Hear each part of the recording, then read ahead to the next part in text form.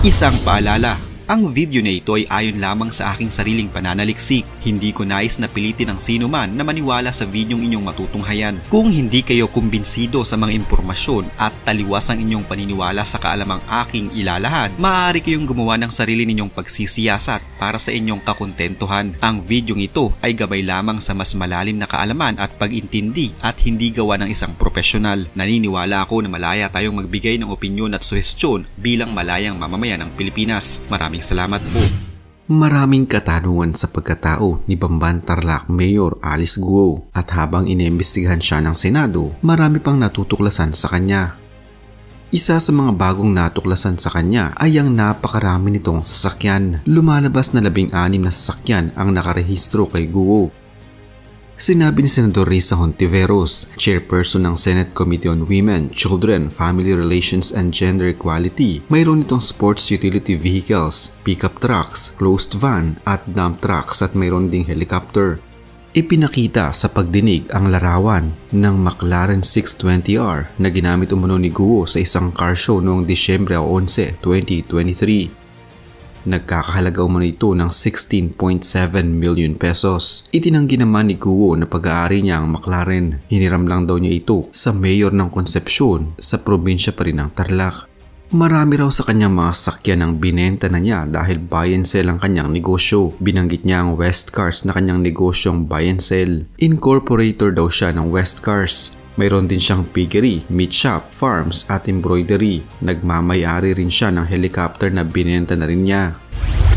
Habang tumatagal, lalong nagiging mahiwaga ang pagkatao ni Guo. Unang sinabi ni Guo na pinanganak lamang siya sa bahay, walang birth certificate, walang school records, hindi kilalang kanyang ina, walang kapatid at lumaki sa piling ng ama na may mga alagang baboy. Subalit nang muli siyang gisahin, sinabi niya na ang kanyang ina ay kasambahay at naanakan ng kanyang amang Chinese. Nang tanungin ni Hontiveros kung bakit hindi agad nito sinabi na siya ay anak ng kasambahay, sagot ni Guo, ayaw daw niyang ungkatin pa iyon dahil personal na raw iyon. Natuklasan din na may 2 kapatid si Guo at lagi niya itong kasama sa pagbabiyahe sa abroad. Taliwas sa sinabi nitong wala siyang kapatid, nalaman din na madalas ding magbiyahe sa China ang ama nito.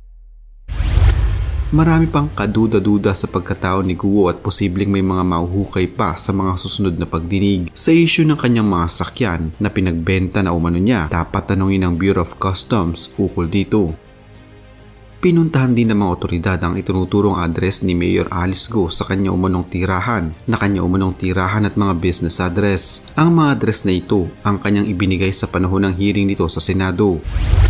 Unang tinunto ng sinasabing lokasyon ng negosyo ng kanyang pamilya sa Valenzuela City. Subalit laking gulat nila nang maabutang sarado ito at nakakandado ang gate ng naturang establishmento. Nakipag-usap ang isang lalaki sa naturang address at sinabi nitong siya umano ang totoong nagmamay-ari ng bahay at ayon pa sa kanya, hindi umano niya kilala ang kontrobersyal ngayong mayor na si Alice Guo. Ayon pa sa hindi nagpakilalang lalaki ay 3 beses nang nagkaroon ng house numbering sa lugar. Ikaklaro ko lang po, yung 58 na pinupuntahan nyo is not the original 58, number 58.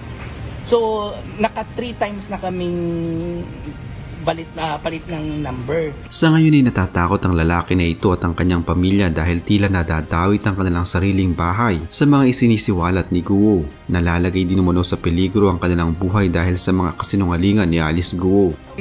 Siyempre natakot kami, baka mamaya marami nga pumunta, like what happened now, nandito kayo. So sana out of na kami. Sinubukan ding hanapin ang address ng business partner ng pamilya na si Wen Liyin na sinasabing tunay din na ina ni Alice Guo sa Barangay Dau, Mabalacat, Pampanga. Subalit bigo na naman sila dahil hindi nila ito makita. Sir, hindi pa po namin nahanap, sir. Sige, sir. Tanong-tanong pa kayo. Unang sinabi ni Alice Guo na siya isang love child at ang kanyang umunong ina ay isang kasambahay na nabuntis lamang ng kanyang Chinese na ama. Pero ayon sa mga mambabatas, si Wen Liyin ang biological na ina ni Alice Guo. Subalit bukod sa hindi nila makita ang bahay ni Wen Liyin sa address na ibinigay ni Alice Guo sa mga kinauukulan, nakakapagtaka din na hindi kilala ng mga residenteng malapit sa naturang address si Wen Liyin. Ay, wala rin mga Chinese rin na nandito. Konti lang. Pero itsura po na yun, yung nasa litrato? Wala man dito yun. Ang lugar kung saan sinasabi ni Alice Guo na siya ay lumaki at nagkamulat, hindi pa din mapasok ng mga otoridad. Ito ay sa isang farm sa barangay De Los Remedios sa Bamban, Tarlac. Hindi ito maaaring pasukin dahil na din sa bago umanong security measures na ipinatutupad sa lugar dahil sa pagkakasakit umano ng mga hayop sa loob ng farm. Makikita naman sa mga bahay-bahay malapit sa farm ang mga tarpaulin at mensahe ng pakikisimpatya kay Alice Guo. Ayon sa mga residente, mahigit na sa 2 linggo na hindi nila nakikita sa munisipyo ang alkalde mula nang pumutok ang issue sa Pugo. Hanggang sa kasalukuyan ay binabalot pa rin ang hiwagang pagkatao ni Alice Guo. Hindi pa rin malinaw sa kahit na sino ang kanyang totoong pagkatao at kung saan talaga siya nagmula. Marami pang mga tanong ang dapat nitong sagutin at tiyak na marami pang mga sagot ang mas dapat pang busisiin. Kung matatandaan din, ilan sa mga kababayan ni Alice Guo sa kanyang lalawigan ang sinabing hindi nila kilala ang alkalde at bigla na lamang umano itong sumulpot. Maging ang gobernadora ng Tarlac ay hindi din gaanong kakilala ang naturang alkalde. Inano niya si Alice Guo, hindi ko kilala. Hindi namin kilala, biglang lumitaw. Bigla siya lumitaw, hindi namin kilala yan. Imagine, 61 years na ako dito. Mula tulay at saka dito sa boundary ng Kapas. Lapit-lapit lang. Halos lahat ng tao rito magkakilala. Hindi ko kilala. Ni mukha man, hindi ko pa nakikita yung mukha niyan eh. Sa ano lang, sa Malacanang lang, nung ano yun ni Hontiveros. Doon ko lang nabalita na nakuha. Yung pamamalakad niya, una, maganda yung pamamalakad niya. Maganda yung kanya. Siyempre, may pera yan eh. Yun ang hindi ko alam kung saan siya galing. Biglang lumitaw. Mas mahal nila yung Chinese kaysa kabayan nila na ipinanganak dito sa Bamban. Siyempre, magtataka ka, bakit? Nung akong sinilang na ako nagkaroon na ako ng 1 taon lang, may birth certificate na ako eh. Kahit yung tatay niya, hindi ko rin kilala eh. Dapat magpakilala ka muna bago ka habol ng kon, di ba? Umpisa sa konsyal, kapitan, ganyan. Kaso biglang mayor. Iniisip ko, sino ba yung Alice Guo na yan? Sabi ko, wala akong alam na Alice Guo. I know her as a mayor, and most of our engagement are, of course, work-related. She was introduced to me when she was seated as mayor na siguro mga a few months later, 6-8 months later, by her council.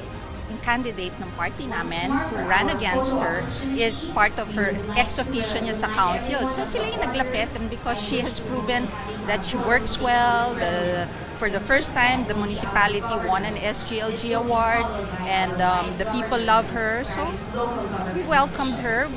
She joined the party sometime 3rd quarter of last year. I know her because she became a mayor. The council brought her to me months later, di ba? And said na she's doing well. So, ini-review ko naman, well-loved by the community. She's been working hard. First time in her administration na nakatanggap ang kanyang bayan ng SGLG. So, samantala, noong isang araw lamang, lumantad ang dating konsultant ni Bamban Mayor Alice Guo na si Nancy Gamo para itanggi ang napaulat na isang Chinese national ang tunay na ina ng alkalde. Ayon kay Gamo, ang babaeng natag bilang ina ni Mayor Guo na si Lin Wenyi ay partner lamang umano ng kanyang ama at isa sa incorporator sa kanyang korporasyon. Nakita na rin umano ni Gamo si Lin ng personal sa tuwing nagpapapirma ito ng Articles of Incorporation. Sinabi din ni Gamo na nagtrabaho siya kay Mayor Guo sa loob ng mahigit 10 taon mula noong taong 2012. May kaugnayan sa mga business transactions kahit noong bago pamahalal